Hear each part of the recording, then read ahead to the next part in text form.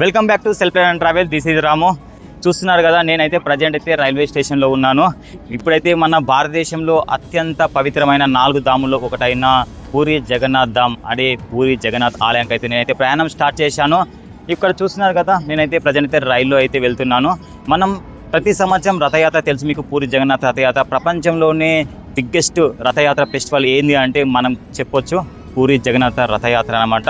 So ఆ రథయాత్రకి వెళ్తున్న సందర్భంలో చాలామందికి చాలా రకాలుగా డౌట్స్ ఉంటాయి. అక్కడికి ఎలా చేరుకోవాలి, అక్కడికి వెళ్ళిన తర్వాత ఎక్కడ స్టే చేయాలి అనే డౌట్స్ ఉంటాయి. అండ్ దర్శనం ఎలా ఉంటుంది, చరిత్ర ఏంటి, అండ్ పూరిలో చూడాల్సిన ప్రదేశాలు ఏంటివి, అండ్ ఫైనల్గా రథయాత్ర. సో మనం ఒక వీడియోలో కాకుండా మొత్తం ఈ పూరి యాత్రను మొత్తం మనం అయితే 3 వీడియోలుగా అయితే చేద్దాం. కావున ఫస్ట్ వీడియోలో మనం అయితే ఆ పూరి జగన్నాథ్ ఆలయానికి చేరుకోవడానికి ఎలా చేరుకోవాలి, మరి ఫ్లైట్లో వెళ్ళాలా లేకుంటే ఇలా అందరూ యూజ్ చేసే పబ్లిక్ ట్రాన్స్పోర్ట్ ట్రైన్లో వెళ్ళాలా, సొంత వాహనం వెళ్ళాలా అన్నీ కూడా మనం అయితే డిస్కస్ చేసుకుందాం. ఇక్కడ చూస్తే మనం ఫస్ట్ అయితే అందరూ ఎక్కువగా వెళ్ళేది వచ్చేసి ఇక్కడ రైలు మార్గానికి వెళ్తారు. ఎందుకంటే మనకు పూరి దాదాపు హైదరాబాద్ నుంచి 1100 కిలోమీటర్ పైన ఉంటుంది కాబట్టి, సో సెల్ఫ్ డ్రైవ్లో అండ్ డ్రైవింగ్లో కొద్దిగా కష్టం అవుతుంది, లాంగ్ డ్రైవ్ కాబట్టి.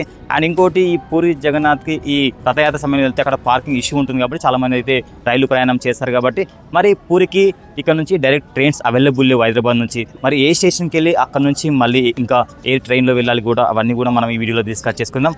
ఇంకా ఒకటి కొందరు ఏం చేస్తారంటే టైం తక్కువ ఉన్న వాళ్ళు ఇక్కడ ఫ్లైట్లో వెళ్ళాలనుకుంటారు కాబట్టి, సో మనకు పూరి జగన్నాథ్ ఆలయానికి దగ్గర ఉన్న ఎయిర్పోర్ట్ వచ్చేసి బిజు పట్నాయక్ ఇంటర్నేషనల్ ఎయిర్పోర్ట్ అనమాట. ఇది భువనేశ్వర్లో ఉంటుంది. అక్కడ నుంచి మళ్ళీ 62 కిలోమీటర్స్ అయితే మనం పూరి జగన్నాథ్ ఆలయం ఉంటుంది. అక్కడైతే మనం లోకల్ ట్రాన్స్పోర్ట్లో వెళ్ళొచ్చు. ఈ విధంగా మనం అయితే ఫ్లైట్లో అయితే వెళ్ళొచ్చు. ఇక సొంత వాళ్ళు అయితే డైరెక్ట్ గూగుల్ మ్యాప్ పెట్టుకొని మనం వెళ్ళిపోవచ్చు కాబట్టి మనకి ఎలాంటి టెన్షన్ ఉండదు. చాలామంది పబ్లిక్ పూరి జగన్నాథ్ ఎలా వెళ్తారంటే ట్రైన్లో వెళ్తారు కాబట్టి చాలామంది చాలా రకాలుగా డౌట్స్ ఉంటాయి. ఏ ట్రైన్లో వెళ్ళడం బెస్ట్, అండ్ టికెట్ ప్రైస్ ఎంత ఉంటుంది, ఏసీ కోచ్లో వెళ్ళాలా, స్లీపర్ క్లాస్లో వెళ్ళాలా, ఇవన్నీ కూడా చాలా డౌట్స్ ఉంటాయి కాబట్టి ఇవన్నీ కూడా క్లియర్గా ఈ వీడియోలో అయితే మనం ఈ పూరి జగన్నాథ్కి ఎలా చేరుకోవాలి, అక్కడ ఎక్కడ స్టే చేయాలైతే ఫస్ట్ అయితే మనం తెలుసుకుందాం. కాబట్టి మనం ట్రైన్ అయితే ఇంకా రాలేదు, వచ్చిన తర్వాత మనం అయితే పూరి జగన్నాథ్కి అయితే ప్రయాణం స్టార్ట్ చేద్దాం. మనం ట్రైన్లోకి వెళ్ళి మనం మిగిలిన విషయాలు అయితే అన్నీ తెలుసుకుందాం. ప్రతి విషయం కూడా మీకైతే ఎలాంటి డౌట్ లేకుండా అన్ని విషయాలు తెలియజేస్తాను. అండ్ ఇంకొక విషయం ఏంటంటే మనం ఈ వీడియో కాకుండా నెక్స్ట్ వీడియో అండ్ ఇంకో వీడియో కోసం కూడా ఛానల్ సబ్స్క్రైబ్ చేసుకోండి. ఎందుకంటే సెకండ్ వీడియోలో మనం పూరి జగన్నాథ ఆలయ చరిత్ర, అక్కడ ఎంతో మందిని ఆశ్చర్యపరిచే ఎన్నో వింతైన విశేషాలు ఉన్నాయి కాబట్టి అవన్నీ తెలుసుకుందాం. మహాప్రసాదం గురించి కూడా తెలుసుకుందాం. ఇంకా తర్వాత వీడియోలో అయితే మన రథయాత్ర తెలుసు, మనకు ప్రపంచంలోనే ఇంత బిగ్గెస్ట్ రథయాత్ర ఫెస్టివల్ అంటే పూరి రథయాత్ర కాబట్టి మనమైతే క్లియర్గా ఇవన్నీ కూడా మనం ఒక సిరీస్లా వీడియో 1, వీడియో 2, వీడియో 3 అన్నీ తెలుసుకుందాం. కాబట్టి ఛానల్ అయితే సబ్స్క్రైబ్ చేసి పెట్టుకోండి. అలాగే నోటిఫికేషన్ కోసం బెల్ ఐకాన్ని కూడా ప్రెస్ చేయండి. సో ఇప్పుడైతే మనం ట్రైన్ వచ్చిన తర్వాత మనమైతే ప్రయాణం స్టార్ట్ చేద్దాం. ఫైనల్గా మనం ప్రయాణానికి స్టార్ట్ చేయడానికి నేను బుక్ చేసుకున్న విశాఖ ఎక్స్ప్రెస్ సికింద్రాబాద్ టు భువనేశ్వర్. ఇక్కడ ట్రైన్ నెంబర్ 17016 ట్రైన్ అయితే వచ్చేసింది. ఈ ట్రైన్ ఇక్కడ స్టార్టింగ్ వచ్చేసి అంటే ట్రైన్ బయలుదేరడానికి ఇంకా 1 అవర్ టైం ఉంది కాబట్టి మనం అంతసేపటి లోపల మరి ఏ ట్రైన్ బుక్ చేసుకుంటే బాగుంటుంది, టికెట్ ప్రైస్ ఎలా ఉన్నాయి, ఏసీ కోచ్ బుక్ చేసుకోవాలా, అలాగే స్లీపర్ క్లాస్ బుక్ చేసుకోవాలా, ఇవన్నీ కూడా మనం అయితే డీటెయిల్గా తెలుసుకుందాం. హైదరాబాద్ నుంచి పూరికి చేరుకోవడానికి డైరెక్ట్ ట్రైన్స్ అవైలబుల్ లేవు కాబట్టి పూరికి దగ్గరలో ఉన్న railway station Khurda railway station. ఈ రైల్వే స్టేషన్ కోడ్ వచ్చేసి KUR అనమాట. అక్కడికైతే ట్రైన్స్లో వెళ్ళి అక్కడ నుంచి మళ్ళీ లోకల్ ట్రైన్లో మనమైతే పూరికి చేరుకోవచ్చు, లేదా మనకు అక్కడ ఏదైనా ట్రాన్స్పోర్ట్ యూజ్ చేసి కూడా వెళ్ళొచ్చు. ఇంకా మనం తిరుపతి నుండి కానీ విజయవాడ నుంచి చూస్తే కొన్ని ట్రైన్స్ మాత్రం డైరెక్ట్ పూరికి అవైలబుల్ ఉన్నాయి. చూసుకోండి, మీకు దగ్గరగా ఉన్న ఏ స్టేషన్ నుంచి ట్రైన్స్ అవైలబుల్ ఉన్నాయి పూరికి చూసుకొని అక్కడ డైరెక్ట్ వెళ్ళొచ్చు. లేదా పూరికి దగ్గర ఉన్న ఈ ఖుర్దా KURకి అయితే మనమైతే అక్కడికి వెళ్ళి అక్కడ నుంచి అయితే మనం మళ్ళీ ఒక ట్రైన్లో అయితే మనం అయితే అక్కడికి చేరాల్సి ఉంటుంది. కావున ఈ వీడియోలో మనం మొత్తం ప్రయాణం నేను వెళ్తూ మీకు చూపిస్తాను కాబట్టి మీకు ఏ క్లియర్గా డౌట్ ఉండదు. వీడియో ఎండింగ్ వరకు చూడండి, మీరు ఈజీగా పూరి జగన్నాథ్ యాత్రకు అయితే కంప్లీట్ చేయొచ్చు, ఈజీగా అక్కడికి రీచ్ అవ్వచ్చు. సో మన ట్రైన్ అయితే వచ్చేసింది కాబట్టి మనమైతే వెళ్ళి మరిన్ని విషయాలు అయితే తెలుసుకుందాం.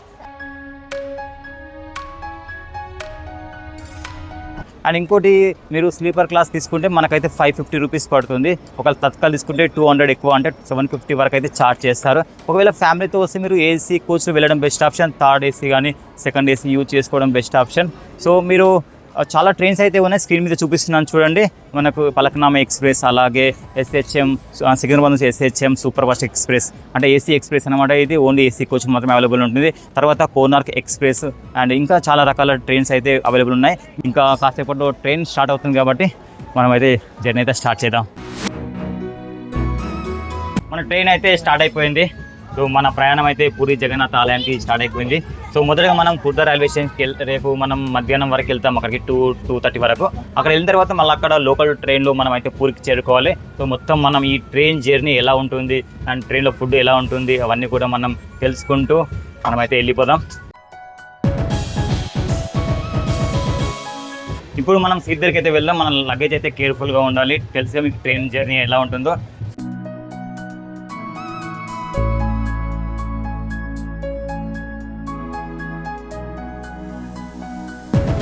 సీట్ మనకైతే అప్పర్ బెడ్ అయితే వచ్చింది. ఒకరోజు ప్రయాణం కాబట్టి మన లగేజ్ని అయితే చాలా జాగ్రత్త అయితే ఉంచుకోవాలి. అండ్ మనతో పాటు వాటర్, కొన్ని స్నాక్స్ అండ్ పవర్ బ్యాంక్ ఉంటే మన ప్రయాణం అయితే ఇంకా చాలా ఈజీగా ఉంటుంది.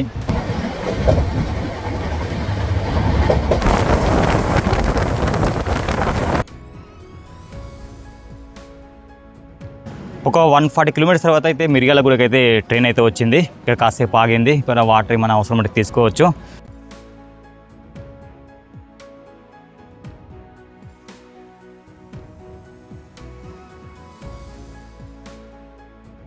నైన్ 45 అవుతుంది. ఇప్పుడైతే గుంటూరు అయితే వచ్చింది ట్రైన్ అయితే.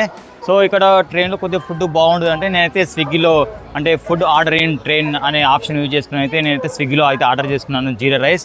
సో అక్కడ పేమెంట్ చేస్తే మనకైతే మనం PNR నెంబర్ ఎంటర్ చేయగానే మన మొత్తం డీటెయిల్స్ వాళ్ళకైతే వెళ్తాయి. సో వాళ్ళు డైరెక్ట్ మనకి ఇక్కడ గుంటూరులో మన ట్రైన్ ఇక్కడ ఆగినప్పుడు వాళ్ళు వచ్చి మన సీజర్కి అయితే వచ్చి అయితే పార్సల్ ఇచ్చారు. 9:30 అవుతుంది. భోజనానికి అయితే టైం అయిపోయింది, డిన్నర్ చేయాలి కాబట్టి. సో చాలా వరకు అయితే ట్రైన్లో చాలా ఇక్కడ ప్యాసింజర్స్ అయితే వాళ్ళు సెల్ఫ్ ఫుడ్ అయితే తెచ్చుకున్నారు.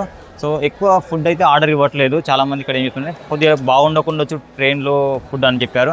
సో అందుకే నేను బెటర్ ఆప్షన్ అయితే స్విగ్గీలో అయితే ఆర్డర్ చేశాను.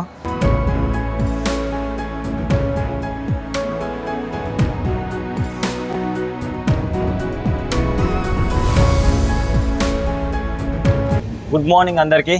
మార్నింగ్ అయితే అయిపోయింది. ఇంకా మనం 8:30 వరకు అయితే వైజాగ్ అయితే రీచ్ అయిపోతాం. సేమ్ నైట్ మనం ఆర్డర్ బుక్ చేసినట్టే అంటే ఫుడ్ ఆర్డర్ బుక్ చేసినట్టే స్విగ్గీలో సేమ్ మళ్ళీ book food order in train option use చేసుకొని మళ్ళీ అయితే మనం అయితే బ్రేక్ఫాస్ట్ బుక్ చేసుకోవాలి. సో అప్పటి లోపల మనం అయితే ఫ్రెష్ అప్ అవుదాం. మనం ఇలా లాంగ్ జర్నీ చేసేటప్పుడు ఎర్లీగా 6 లోపల ఫ్రెష్ అప్ అవ్వడం బెస్ట్ ఆప్షన్. ఎందుకంటే తర్వాత అయితే మనకు క్రౌడ్ ఉంటుంది, కొద్దిగా ఇబ్బంది అంటే లేట్ అవ్వచ్చు.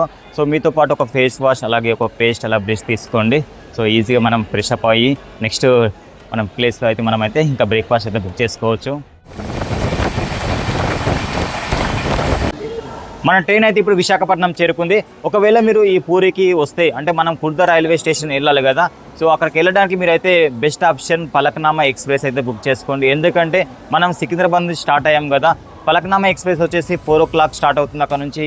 అదే విశాఖ ఎక్స్ప్రెస్ అయితే 5 o'clock స్టార్ట్ అవుతుంది. 1 hour ఇది లేట్ స్టార్ట్ అవుతుంది. కానీ మనం వెళ్ళే వరకు అంటే మన డెస్టినేషన్ ఖుర్దా రైల్వే స్టేషన్కి ఇది 2:15 PM అంటే మధ్యాహ్నం తర్వాత అయితే వెళ్తుంది. అదే ఒకవేళ మనం పలక్నామా ఎక్స్ప్రెస్ చూసుకుంటే అది మార్నింగ్ 9:20 వరకు వెళ్తుంది. కాబట్టి దాదాపు 5 hours ముందు అయితే అది వెళ్తుంది. కాబట్టి చాలా టైం అయితే సేవ్ అవుతుంది. నాకు పర్సనల్ వర్క్ ఉండడం వల్ల నేను 4 o'clock సికింద్రాబాద్ స్టేషన్ రీచ్ అవ్వలేనని చెప్పి నేనైతే ఇది విశాఖ ఎక్స్ప్రెస్ అయితే బుక్ చేసుకున్నాను. బట్ అయితే చాలా డీలే ఉంది, చాలా క్రాసింగ్స్ ఉన్నాయి, చాలాసేపు అయితే ఇది క్రాసింగ్ దగ్గర ఆగుతుంది. కాబట్టి మీరు బెస్ట్ ఆప్షన్ పలక్నామా ఎక్స్ప్రెస్ అయితే బుక్ చేసుకోండి. నెక్స్ట్ మనం 8:30 వరకు విజయనగరం అయితే స్టేషన్కి వెళ్తాం. అక్కడైతే నేను బ్రేక్ఫాస్ట్ బుక్ చేసుకున్నాను. అండ్ ఇప్పుడు మనం వెళ్ళే వరకు 2:15 అవుతుంది. కాబట్టి మనం అక్కడ స్టే చేయడానికి రూమ్ అయితే బుక్ చేసుకోవాలి. నేను Agoda app, make my trip and Airbnb app అయితే చూశాను. మ్యాక్సిమం అక్కడ 1000 నుంచి రేట్స్ అయితే ఉన్నాయి. మ్యాక్సిమం అయితే 2000 పైనే ఉన్నాయి. ఎందుకంటే ఇప్పుడు రథయాత్ర టైం కాబట్టి చాలా రేట్స్ అయితే ఉంటాయి. అండ్ ఇంకోటి మనకు ఒకవేళ ఫ్యామిలీతో వెళ్ళినప్పుడు మనకు కిచెన్ అవైలబుల్ ఉన్న స్టే కావాలంటే మనం Airbnb యాప్ యూజ్ చేసుకుంటే చాలా వరకు అయితే అంటే వాళ్ళు సొంత ఫ్లాట్స్ని రెంట్కి ఇస్తారు. కాబట్టి మ్యాక్సిమం అయితే కిచెన్ అవైలబుల్ ఉంటుంది. కాబట్టి మీరు ట్రై చేయండి. అంటే మీరు మేక్ మై ట్రిప్లో కానీ ఎనీ బుకింగ్ యాప్లో కానీ Airbnb కానీ చెక్ చేసుకొని మీరైతే స్టే బుక్ చేసుకోవాలి. నేనైతే స్టే Airbnbలో బుక్ చేద్దాం అనుకుంటున్నాను. చూద్దాం స్టే ఎలా ఉందో మీకు చూపిస్తాను. అక్కడికి వెళ్ళిన తర్వాత ఒకవేళ మీకు స్టే నచ్చితే అలా బుక్ చేసుకోండి. లేదంటే మనం టెంపుల్ నుంచి మనం రథయాత్ర వెళ్తున్న రోడ్లో కానీ అలాగే బీచ్కి వెళ్తున్న రోడ్లో కానీ ఇంకా ఏమేమి హోటల్స్ ఉన్నాయి, ఎంత ప్రైస్ ఉన్నాయి కూడా నేను అక్కడికి వెళ్ళి క్లియర్గా చూపిస్తాను. కాబట్టి మీకు ఒక ఐడియా వస్తుంది మీరు ఏ హోటల్ బుక్ చేసుకోవాలనేది. అలా మీరైతే ప్లాన్ చేసుకోవచ్చు. ఫైనల్గా విజయనగరం అయితే చేరుకుంది ట్రైన్ అయితే.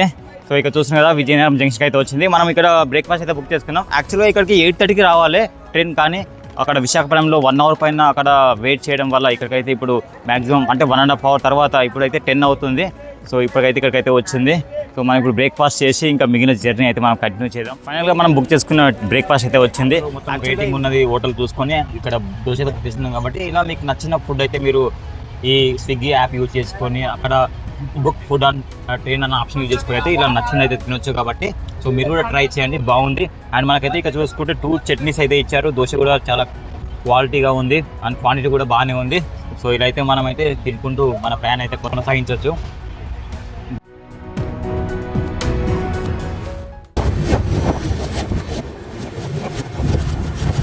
ఇప్పుడైతే ట్రైన్ వచ్చేసి ఇచ్చాపూర్ అంటే ఏపీ బార్డర్ లాస్ట్ బార్డర్ అయితే చేరుకున్నాము. ఇక నెక్స్ట్ వచ్చేసి మనకైతే ఒడిశా అయితే స్టార్ట్ అవుతుంది. సో ఇది ఒడిశాకు అలాగే ఏపీకి మధ్య లాస్ట్ స్టేషన్ అనమాట ఇచ్చాపూర్. నెక్స్ట్ స్టేషన్ ఒడిశాలో అంటే బ్రహ్మపూర్ అయితే వస్తుంది. ఇక మనమైతే ఒడిశాలోకి అడుగు పెట్టాం. ఇక పూరి జగన్నాథ్ చేరినట్టే.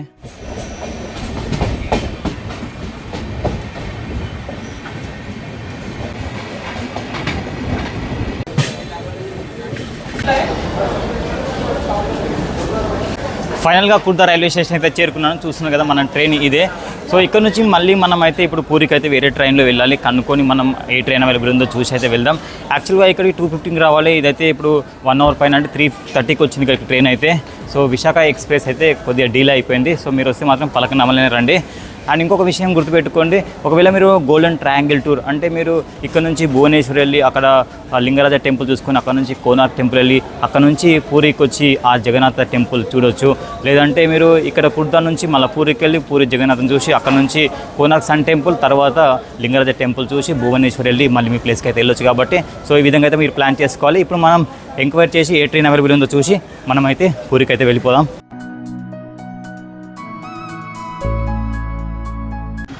ఇక్కడ ఎంక్వైరీ కౌంటర్లో అడగగా ట్రైన్ అయితే ఇంకా 1 అవర్ తర్వాత అయితే అవైలబుల్ ఉంది. కాబట్టి ఇక్కడ బస్సెస్లో వెళ్తే మనం పిపిలికి వెళ్ళి అక్కడ నుంచి మళ్ళీ పూరికి అయితే వెళ్ళాలి. సో మనం ఫస్ట్ పిపిలికి వెళ్ళి అక్కడ నుంచి బస్కి అయితే వెళ్దాం. బస్ కాడికి అయితే వచ్చాను, అడుగుతాము వెళ్దా. ఇక్కడ డ్రైవర్ని ఎంక్వైరీ చేస్తే ఏం చెప్తున్నాడు అంటే డైరెక్ట్ ఇప్పుడు పూరికి ఒక బస్సు ఉంటుంది 4 o'clock అని చెప్తున్నారు. సో ఈ విధంగా మీకు పూరికి డైరెక్ట్ బస్సు ఉంటే మీరు బస్సులో వెళ్ళొచ్చు, లేదా పిపిలి వెళ్ళి అక్కడ నుంచి మళ్ళీ పూరికి వెళ్ళొచ్చు, లేదా ట్రైన్ అవైలబుల్ ఉంటే ట్రైన్కి వెళ్ళొచ్చు. ట్రైన్ మాకు 1 అవర్ టైం పడుతుంది కాబట్టి మేమైతే బస్ ట్రై చేస్తున్నాం. చూద్దాం, బస్సు వస్తే బస్కి వెళ్ళాలి, లేదంటే మళ్ళీ వెళ్ళి ట్రైన్కి అయితే వెళ్ళాలి. అండ్ ఇంకొక ఆప్షన్ ఏంటంటే మీకు మనం ట్రైన్ టికెట్ బుకింగ్ ఉంది కాబట్టి పిఎన్ఆర్ నెంబర్తో మనం ఐఆర్సిటీ వెబ్సైట్లో రిటైరింగ్ రూమ్స్ కూడా బుక్ చేసుకోవచ్చు. 400 ఉంటుంది. సో మీరు 24 hours 12 hours అనే ఆప్షన్స్ ఉంటాయి. మీరు ఐఆర్సిటీ వెబ్సైట్లో ట్రై చేయండి. సో ఇక్కడ నేను చూశాను, ఇక్కడ ఆల్రెడీ అన్ని నైట్ స్టే అన్ని ఫుల్ అయిపోయాయి కాబట్టి ఇంకా తప్పదు, మనమైతే పూరిలోనే రూమ్ తీసుకోవాలి. వెళ్ళైతే రూమ్ తీసుకుందాం. మనం వెళ్ళాల్సిన బస్సు వచ్చింది పూరి జగన్నాథ్కి, రూట్ నెంబర్ 56 అన్నమాట. ఒకవేళ మీకు ట్రైన్ లేట్ ఉంటే ఇలా మీరైతే బస్కి వెళ్ళిపోవచ్చు. ఇక్కడ బస్సెస్ అయితే అవైలబుల్ ఉన్నాయి. రూట్ నెంబర్ 56 మొత్తానికి బస్ అయితే ఎక్కాము. మన బ్రదర్ హైదరాబాద్ నుంచి బ్రదర్ కలిశారు. సో ఇక్కడ ఇప్పుడైతే ఏసీ బస్సు అయినా సరే మనకు చెమటలు అయితే ఆగట్లేదు, చాలా హీట్ అయితే ఉంది. సో మన ప్రయాణం ఒక 1 అవర్లో మనం అయితే పూరి జగన్నాథ్ టెంపుల్ వెళ్తుండొచ్చు. అక్కడికి వెళ్ళినాక స్టే చేసి ఇంకా రేపటి నుంచి అయితే మొత్తం మనం పూరిని అయితే మొత్తం తిరిగేద్దాం.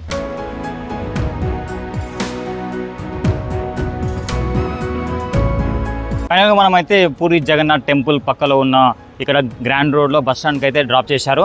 సో ఇక్కడ రావడానికి 1 అవర్ పైన టైం పట్టింది. సో ఇక్కడ ఏసీ బస్ అయినా టికెట్ ప్రైస్ ఇద్దరికైతే 130 రూపీస్ తీసుకున్నాడు. అండ్ డిస్కౌంట్ కూడా ఇచ్చారు, 13 రూపీస్ మొత్తం అంటే పర్ పర్సన్ 60 రూపీస్కే పడింది. సో ఈ విధంగా మీరు బస్కి రావచ్చు. ఒకవేళ ట్రైన్ అవ్వాలంటే 12కి అయితే రావాలి. ఇప్పుడు ఇక్కడ వచ్చిన తర్వాత మనం ఇప్పుడు ఎక్కడ స్టే చేయాలైతే చూద్దాం. ఇక్కడ స్టే చేసిన తర్వాత రేపైతే మనం టెంపుల్కి వెళ్ళి దర్శనం చేసుకొని మరొక వీడియోలో పూర్తి సమాచారం అయితే తెలుసుకుందాం. హోటల్ అయితే బుక్ చేసుకున్నాను. భయ్యా చేసుకున్న హోటల్కి అయితే వచ్చాను. ర్యాపిడో ఇక్కడ చూశారు కదా, బైక్ అయితే బుల్లెట్ అయితే యూజ్ చేస్తున్నారు బ్రదర్. ర్యాపిడోలో కూడా రూమ్ డీటెయిల్స్ కూడా మనం ఎలా బుక్ చేసుకున్నాం అవన్నీ కూడా మనం తెలుసుకుందాం. థ్యాంక్ యూ భయ్యా.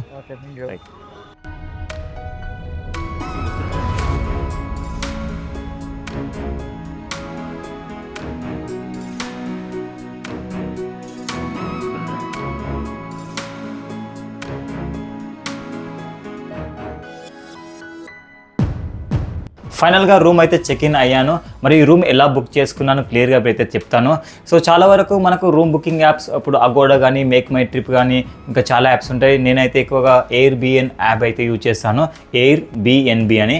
సో ఎందుకంటే ఈ ఎయిర్బిఎన్ యాప్లో చాలా వరకు చూస్తున్నాను కదా, ఇలా హోమ్ స్టే అంటే మన సొంత ఇంటిలో ఎలాంటి ఫెసిలిటీస్ ఉంటాయో అలాంటి ఫెసిలిటీతో మ్యాక్సిమం రూమ్స్ అయితే అలాగే ఉంటాయి. సో ఈ యాప్లో మనకు హోమ్ స్టేలు చాలా ఉంటాయి, ఫ్యామిలీస్కి అయితే బెస్ట్ ఆప్షన్ అనమాట ఇది. సో అందుకే నేను ఈ యాప్ యూజ్ చేసి అయితే ఇది బుక్ చేసుకున్నాను. చాలా వరకు మనకు ఇక్కడ పూరి రథయాత్ర ఉంది ఇప్పుడు 15th, 16th కాబట్టి రూమ్స్ అయితే అవైలబుల్ లేవు. 2000 రూమ్ కూడా 5000 వరకు అయితే చెప్తున్నారు. సో ఇక్కడ నేను ఎయిర్బిఎన్ యాప్లో ఈ స్టే వచ్చేసి నాకు ఓన్లీ 1000 పైన పడింది, అంటే 1100 లోపే పడింది. ఈ డీటెయిల్స్ అంటే ఈ స్టే డీటెయిల్స్ అయితే క్లియర్గా ఓనర్ కాంటాక్ట్ నెంబర్ కూడా నేను డిస్క్రిప్షన్లో మెన్షన్ చేస్తాను. అవసరం ఉంటే మీకు ఒకవేళ ఈ స్టే నచ్చితే మీరు మళ్ళీ ఎప్పుడైనా పూరికి వచ్చినప్పుడు ఈ స్టే తీసుకొని చాలా బాగుంటుంది. అండ్ ఇక్కడ ఈ స్టే వచ్చేసి 3 మెంబర్స్కి అయితే పర్మిట్ చేస్తున్నారు. నేను సోలోగా వచ్చాను కాబట్టి నేనైతే ఒక్కనే ఉంటున్నాను. సో ఇప్పుడు చూద్దాం ఈ రూమ్ ఎలా ఉందనేది చూద్దాం, ఇప్పుడు స్టే ఎలా ఉందో. సో ఫస్ట్ మనం ఎంటర్ అవ్వగానే ఇక్కడ చూస్తున్నాం కదా, ఇక్కడ ఎక్స్ట్రా మ్యాట్రెస్ అయితే ఉన్నాయి ఇక్కడైతే. అండ్ ఇక్కడ ఫస్ట్ ఎంటర్ కానీ రైట్ సైడ్ ఇలా వాష్రూమ్స్ అయితే ఉన్నాయి, చాలా నీట్గా ఉంది వాష్రూమ్స్ కూడా. అండ్ ఇక్కడ చూసుకుంటే ఇక్కడ బెడ్ చూసుకుంటే చాలా గ్రాండ్ లుక్తో అయితే ఇలా డిజైన్ చేశారు. అండ్ బిగ్ టీవీ ఇచ్చారు. అండ్ ఇక్కడ చూసుకుంటే మనకు బ్రూ అవన్నీ ప్రిపేర్ చేసుకోవడానికి ఇక్కడ సెటప్ అయితే చేశారు.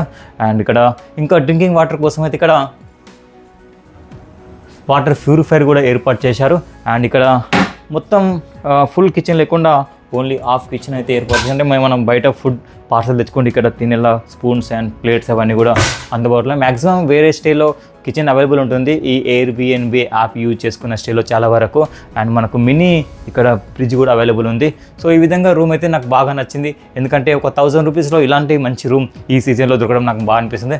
అది కూడా నాకు 1 డేనే స్టే దొరికింది, ఎందుకంటే 15, 16 ఆల్రెడీ 1 మంత్ ముందే బుక్ అయిపోయిందని చెప్పారు కాబట్టి రేపు మళ్ళీ నేను ఇంకో స్టే అయితే చూసుకోవాల్సి ఉంటుంది. ఈ స్టే వచ్చేసి టెంపుల్ నుంచి, పూరి జగన్నాథ్ టెంపుల్ నుంచి 1.5 కిలోమీటర్ అయితే ఉంది. సో ఈ విధంగా ఉంది ఈ స్టే అయితే. సో మీరు ఇక్కడికి వచ్చినప్పుడు మీరు ఈ గుండిచా మాత టెంపుల్ ఉంది కదా, పూరి జగన్నాథ్ టెంపుల్ నుండి గ్రాండ్ రోడ్ అంటాం 2.5 కిలోమీటర్ ఉంటుంది. ఆ రోడ్లో చాలా హోటల్స్ అయితే ఉంటాయి, మీరైతే బుక్ చేసుకోవచ్చు, లేదా డైరెక్ట్ అక్కడికి వెళ్ళి కూడా తీసుకోవచ్చు. అలాగే పూరి బీచ్ రోడ్లో కూడా చాలా హోటల్స్ అయితే ఉంటాయి. చాలా హోటల్స్ ఉంటాయి కాబట్టి మీరు ఇక్కడ వచ్చినప్పుడు స్టేకి అయితే ఏం ప్రాబ్లం ఉండదు. కానీ మీరు ఒక బెస్ట్ మంచి హోటల్ తీసుకోవాలనుకుంటే మాత్రం మీరు రెగ్యులర్గా యూజ్ చేసిన ఏదైనా బుకింగ్ యాప్లో మీరు ఆ హోటల్ అంటే ఎక్కువ రేటింగ్ ఉన్న చూసుకొని మీ బడ్జెట్లో అయితే మీరు ప్లాన్ చేసుకోవచ్చు. లేదు ఫ్యామిలీతో వస్తే ఒక హోమ్ స్టే కావాలి, కిచెన్ ఉండాలంటే ఇట్లా ఎయిర్బిఎన్బి యాప్ అయితే యూజ్ చేసుకొని సెర్చ్ చేసి ఇంకా మంచి హోటల్ అయితే మీరైతే తీసుకోవచ్చు. సో చూశారు కదా, ఇప్పటి వరకు అయితే మనం జర్నీ అయితే కంప్లీట్ చేసి స్టే గురించి అయితే కంప్లీట్ చేసాం. అంటే ఈ వీడియోలో మనం ఇక్కడికి ఎలా చేరుకోవాలి, ఎక్కడ స్టే చేయాలనేది మనమైతే పూర్తిగా తెలుసుకున్నాం. ఇంకేమైనా డౌట్ ఉంటే కామెంట్ చేయండి, ఏమైనా చెప్పడం మర్చిపోతే నేనైతే మీకు రిప్లై ఇస్తాను. అలాగే మనం సెకండ్ వీడియో రేపు మనం ఆలయం దగ్గరికి వెళ్ళి ఆలయంలో దేవుని ఎలా దర్శనం చేసుకోవాలి, ఆలయం యొక్క చరిత్ర ఏంది, అండ్ ఆలయంలో అందరినీ ఆశ్చర్యపరిచే చాలా విషయాలు ఉన్నాయి అక్కడ. సో అలాంటి విషయాలు కూడా మనం అన్ని వీడియోలో తెలుసుకుందాం. ఇంకా ఫైనల్గా ఈ పూరి వచ్చినప్పుడు మిగిలిన ప్లేసెస్, దగ్గరలో ఉన్న టూరిస్ట్ ప్లేసెస్ ఏమున్నాయి అవన్నీ కూడా కవర్ చేస్తాను. సో అవన్నీ ఏమేమి ఉన్నాయి కూడా చెప్తాను కాబట్టి ఆ సెకండ్ వీడియోలో అవన్నీ మనమైతే తెలుసుకుందాం. ఇక ఫైనల్గా మనం ఈ పూరికి నేను వచ్చింది రథయాత్రను షూట్ చేసి మీకు చూపిద్దామని. సో మనం అందుకే 15th, 16th రోజు నుంచే వీడియో మొత్తం రథయాత్రను, అంటే ఈవినింగ్ రథాన్ని ప్రిపేర్ చేసిన కాడ నుంచి మొత్తం రథయాత్ర అంటే 16th రోజు నైట్ 10 గంటల వరకు మొత్తం వీడియో మ్యాక్సిమం ఎంతవరకు అయితే అంతవరకు షూట్ చేసి మీకు 17th రోజు అయితే వీడియో అందిస్తాను. సో మీరు అందుకే ఛానల్ అయితే సబ్స్క్రైబ్ చేసి పెట్టుకోండి. మీరు ఈ సంవత్సరం రథయాత్రను నా ఎక్స్పీరియన్స్ మీకు చూపిస్తాను, అంటే నేను మ్యాక్సిమం ఎంతవరకు చూపించినంతవరకు కష్టపడి చూపించడానికి ప్రయత్నం చేస్తాను. కాబట్టి జగన్నాథుని కూడా మీరు కూడా దర్శనం చేసుకోవచ్చు. ఎందుకంటే ఇన్ని రోజులు మన భక్తుల కోసం అంటే గర్భగుడి నుంచి బయటికి వస్తాడు ఈ సమయంలో దేవుడు, కాబట్టి అలాంటి దర్శనం మీకు కల్పిస్తాను. కాబట్టి మీరైతే ఛానల్ని సబ్స్క్రైబ్ చేసి పెట్టుకోండి. అలాగే వీడియోని కూడా లైక్ చేయండి అండ్ బెల్ సింబల్ కూడా ప్రెస్ చేసి పెట్టుకోండి. Thank you for watching.